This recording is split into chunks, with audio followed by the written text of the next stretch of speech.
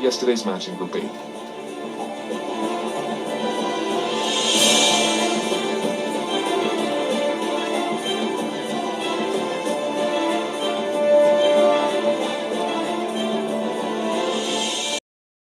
Beautiful day for cricket, another bad hair day for me. Not so much for Barry, but a great day all around for the Windward Islands Volcanoes. They knew the task ahead of them. They needed a big win to make it to the semi-finals, and they absolutely rose to the occasion. Barry, Hampshire won the toss, elected to field first, and things were looking kind of tricky for the Windwards as they were reduced to 27 for 3 at one point, but then two very important innings rescued them. Devon Smith and Andre Fletcher. Let's start off with Devon Smith. Well, Devon Smith scored over 1,000 runs in the regional 40 competition. His form wasn't replicated as much in this tournament, but today he was back on full throttle.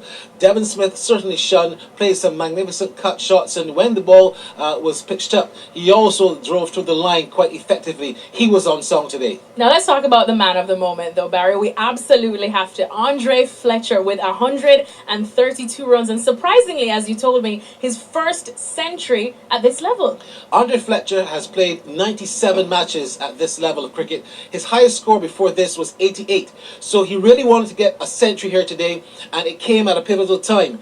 And I thought that the responsibility that Andre Fletcher showed was something that we have not seen from Fletcher in a long time. He only averages 21 in this level of cricket, but he didn't bat like a man who averages 21 today. His 132 coming from 135 balls, 8 sixes and 4 fours. Andre Fletcher was very responsible and on song. He knew the occasion. Unfortunately, his innings did come to an early end, if we want to call it that. Not so early if you're looking at it from the Hampshire angle. But then Cal Maris, he contributed with some late fireworks with just 24, but eventually Windwards folded for 293. Still a pretty decent total, Barry. It was a pretty decent total. I was impressed with the bowling of Theodore Edwards quite early. He got the first 3 wickets, and then he picked up one in the end to get 4.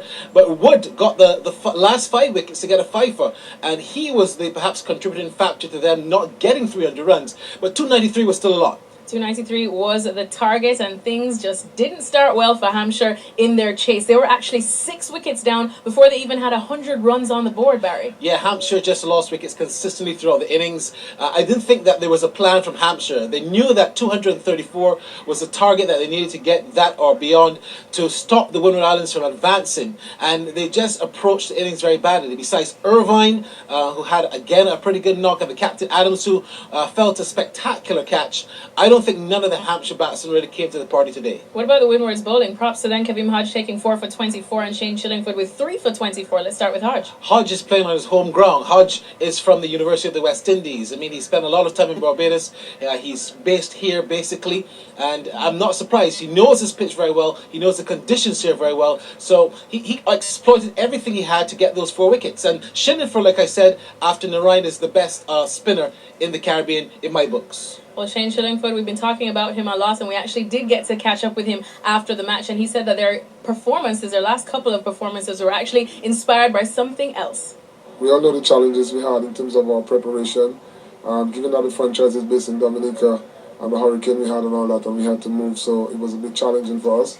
So we was expecting that we would have started better, but we had our own challenges, and we just came together and decided, well, we've been playing together for years, so regardless of the preparation we have, we know what we had to do. So we just wanted to be consistent from up front and be for a longer period, and that's what we did.